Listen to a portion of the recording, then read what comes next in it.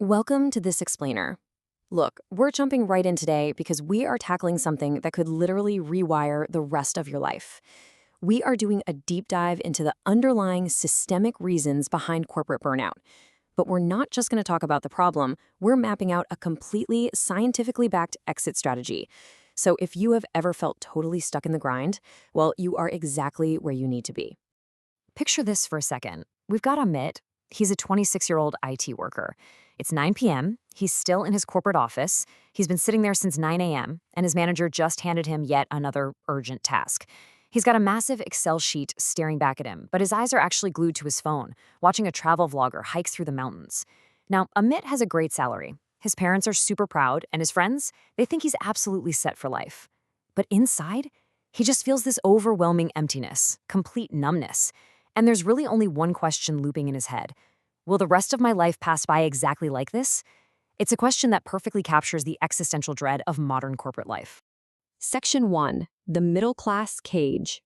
That feeling of total numbness Amit has, it is absolutely not just a personal failing on his part. It's actually a massive systemic issue. Check out this staggering data from a 2024 Gallup workplace poll covering over 160 countries. Only 23% of people are actually engaged at work. Let that sink in. That means a massive 77% are either actively disengaged or just quiet quitting. Roughly 8 out of 10 people are spending the majority of their waking hours in a place their heart just isn't in. And the crazy part? The 23% who are actually engaged are 18% more productive, which makes their companies 23% more profitable. So staying trapped and not pursuing what you care about isn't just draining your own happiness, it's literally costing the global economy a fortune. So you're probably wondering, why don't people just pack up and quit? Well, enter the EMI trap. Societal pressure and FOMO. You know, the fear of missing out on the shiny cars, the luxury vacations, the lifestyle everybody else seems to have, lead people straight into endless monthly loan installments for vehicles and massive houses. When half your hard-earned salary goes directly to paying off loans, walking away from a toxic job becomes financially impossible. You're effectively locked from the outside in a golden cage. Section 2. Finding passion is a myth. Whenever we desperately look for an escape route from this cage, society usually hands us literally the worst advice ever. Hey, just follow your passion. But based on some incredible 2018 Stanford research and the work of author Cal Newport, we know that so many of us are stuck in a fixed mindset. We think passion is this magical hidden treasure buried deep inside us, and if we just do enough soul-searching, we'll stumble upon it. But the data says otherwise. We need a growth mindset. Passion isn't a hidden treasure, it's a plant. You don't just find it, you have to actively cultivate it. You build skills, which gives you autonomy, and eventually that whole process blossoms into genuine passion.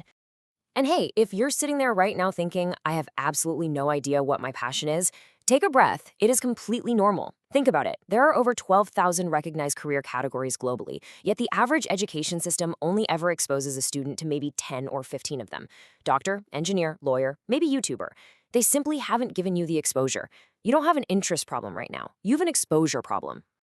Which brings us to a really crucial insight from David Epstein's amazing book, Range. He studied world-class performers, right? Legends like Roger Federer and MS Dhoni. And do you know what they have in common? They absolutely did not specialize early. They played basketball, handball, badminton, football. They sampled basically everything before finally specializing in their main sport.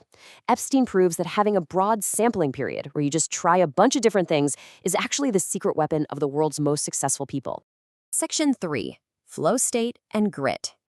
To understand how we actually grow that passion we talked about, let's look at Neha. She's a 34-year-old mom who got married right out of high school. She'd always kind of wanted to be a chef, but figured her time had totally passed. One day, she bakes this beautiful cake for her son, a neighbor posts a photo, and boom, suddenly she has 3 orders. But guess what? One of those cakes failed miserably. She was devastated. She almost threw in the towel right then and there. But she pushed through the embarrassment, kept baking, and ultimately discovered what psychologist Mihaly Csikszentmihalyi calls flow state. It's this incredible zone of total immersion. The task is perfectly challenging, not so easy you get bored, not so hard you get anxious. You're so intensely focused that you literally forget to eat, time just vanishes, and ironically, you feel deeply relaxed. Research shows people can be up to 500% more productive when they hit this state. Neha pushed past her failure and unlocked her flow. Now, finding your flow is awesome, but it's not the whole shebang. To actually build a career, you need grit. Researcher Angela Duckworth found that grit equals passion plus perseverance. It's definitely not about being born with some special talent. It's about deliberate practice and just stubbornly sticking with something over the long haul. Even when Neha hit months where she had 0 cake orders, her grit kept her experimenting in the kitchen. Today, she runs a massively successful cloud kitchen. Section 4. The 3E Formula. Okay, so how do we practically put all of this together and escape the trap? We use the 3E formula. It gives us 3 very distinct, highly actionable phases: explore, engage, and excel. This whole roadmap is designed to safely transition you from feeling trapped to finding your purpose without irresponsibly rage quitting your day job overnight. Let's break down step 1. The first step is simply to actively widen your world. Explore. The rule here is super low pressure. Spend just 30 minutes a day for 30 days. No judgment, no commitment. Just look at entirely new fields.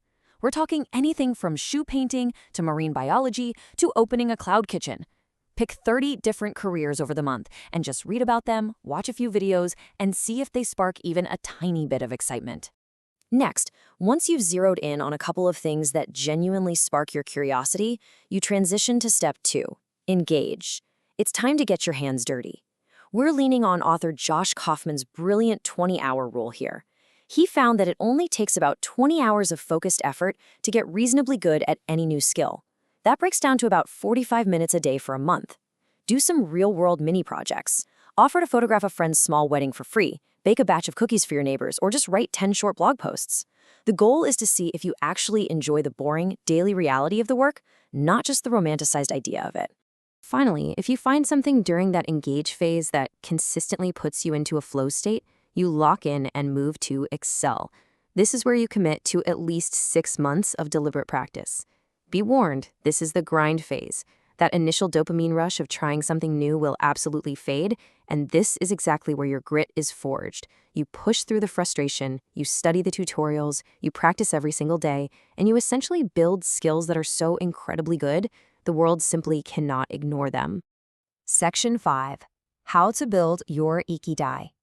Ultimately, the whole goal of this 3E process is to achieve your Ikigai. It's this beautiful Japanese concept originating from Okinawa, a place famous for populations that live incredibly long, fulfilling lives and don't even have a word for retirement in their language.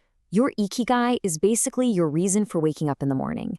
It sits right at the intersection of 4 pillars: what you love, what you are good at, what the world needs, and what you can actually be paid for. And please remember this key takeaway. Ikigai is like a giant puzzle that you actively construct over time through exploring and excelling. You do not just miraculously stumble upon it fully formed one Tuesday afternoon. Now, I know exactly what some of you are thinking right now. I'm already completely exhausted. I barely survived my 9 to 5. I do not have the energy for a side hustle. But you have to hear this finding from a San Francisco University study. Pursuing a side passion project actually improves your performance at your primary soul-sucking job.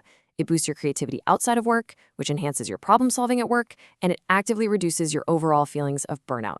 So you don't actually have to choose between your job and your passion. Building your passion on the side makes your day job significantly more bearable while you build out your exit strategy. And for anyone out there thinking, well, I missed the boat, I'm too old, it's too late for me, I want you to look at this number: 39 years.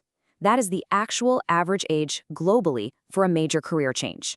Remember Neha, she started from scratch at 34. You have so much plenty of time. Age is absolutely not the barrier you've convinced yourself it is. What about the other classic excuses? My parents will never approve, or starting a business costs way too much money. Look, you have to stop waiting for permission and a massive venture capital budget. You overcome these barriers by starting with absolutely 0 investment steps on your weekends. Think back to Amit, our burned-out IT worker from the very beginning. He used his weekends to just start wood carving in his apartment. It cost him almost nothing, and when he finally made his very first $47 sale online, he showed his mom the receipt. Suddenly, the skeptical questions stopped. Why? Because you don't convince people with arguments, you convince them with undeniable results. Which brings us to our final thought today, and a very real question for you. That restless feeling inside you, that creeping numbness Amit felt, it is not a weakness. It is actually your most valuable asset. It's a signal telling you it's time to move. So the only question left on the table is this: will you silence that inner voice, wake up to the exact same alarm tomorrow, and step right back into the cage? Or will you finally carve out just 30 minutes tomorrow to start exploring and take that first step toward building your ikigai. The choice is entirely yours. Thanks so much for joining me on this explainer. I hope it sparked something amazing for you.